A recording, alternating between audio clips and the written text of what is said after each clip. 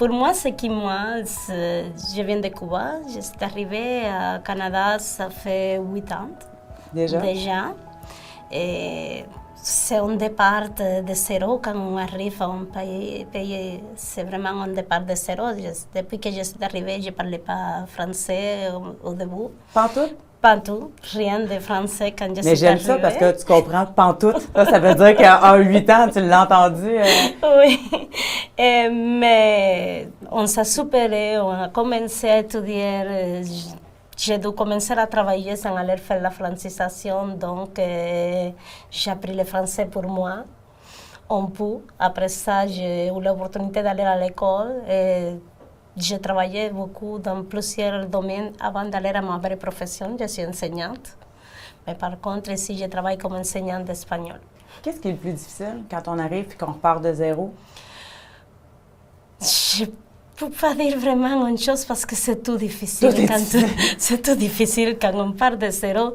Mais le plus difficile que je pourrais dire, c'est vraiment comprendre un peu sur les crédits, les démarches à suivre. On fait beaucoup d'erreurs à cause qu'on ne connaît rien, plus quand tu viens d'un pays comme Cuba. C'est quoi la grosse différence entre emprunter à Cuba pour une maison ou un véhicule, puis ici au Québec? Cuba, on n'emprunte pas rien. Vous ne pouvez pas rien, c'est vrai. La première expérience dans le crédit, est-ce que c'est une carte de crédit que... Oui, c'est une carte de crédit, la première expérience dans le crédit. Et ça se passait bien? Est-ce que quand on vous remet la carte de crédit, on explique un petit peu ou pas du tout? Non, pour les explications, j'ai eu plus d'explications pour Cathy et Myriam qui m'ont expliqué plus comment ça marche le crédit que vraiment dans la banque. Exact. Donc, dans le fond, l'éducation que techniquement on devrait avoir quand on arrive avant d'avoir une carte de crédit, c'est Cathy et Myriam qui te l'ont expliqué. C'est ça. Est-ce que ça t'a aidé? Oui, ça m'aide beaucoup pour apprendre un peu à connaître comment ça marche vraiment tout pour gérer mon crédit.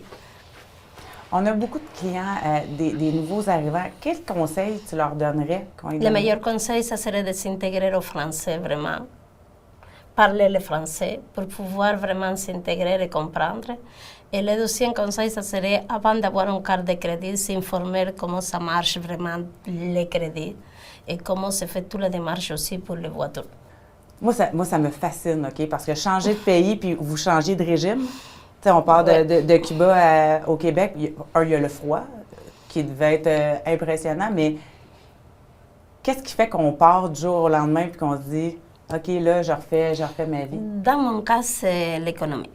Cuba, tu n'as pas les millions ni la façon d'avoir une voiture jamais, d'avoir une vie, comme je dis, que ça doit...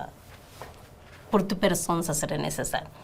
Cuba, l'économie à Cuba, c'est pas bon. Je ne pouvais pas leur donner un bon futur à mes enfants. Donc, ce qui m'a poussé à venir, c'est vraiment ça. Mais en plus, j'avais ma famille ici. J'ai ma soeur, ça fait presque 27 ans qu'elle habite au Québec. Et j'avais ma mère et mon père aussi qui habitaient ici au Québec. Mais par contre, ma mère et mon père, ils ne parlent pas français.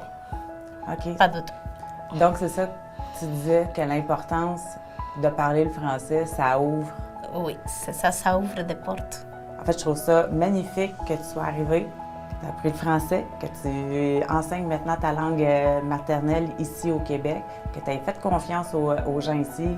On sent qu'on a fait une différence pour toi aussi et à ta famille. Puis j'espère que des gens qui arrivent ici au Québec, qui ne savent pas trop où s'en aller, vont écouter tes conseils dans le futur.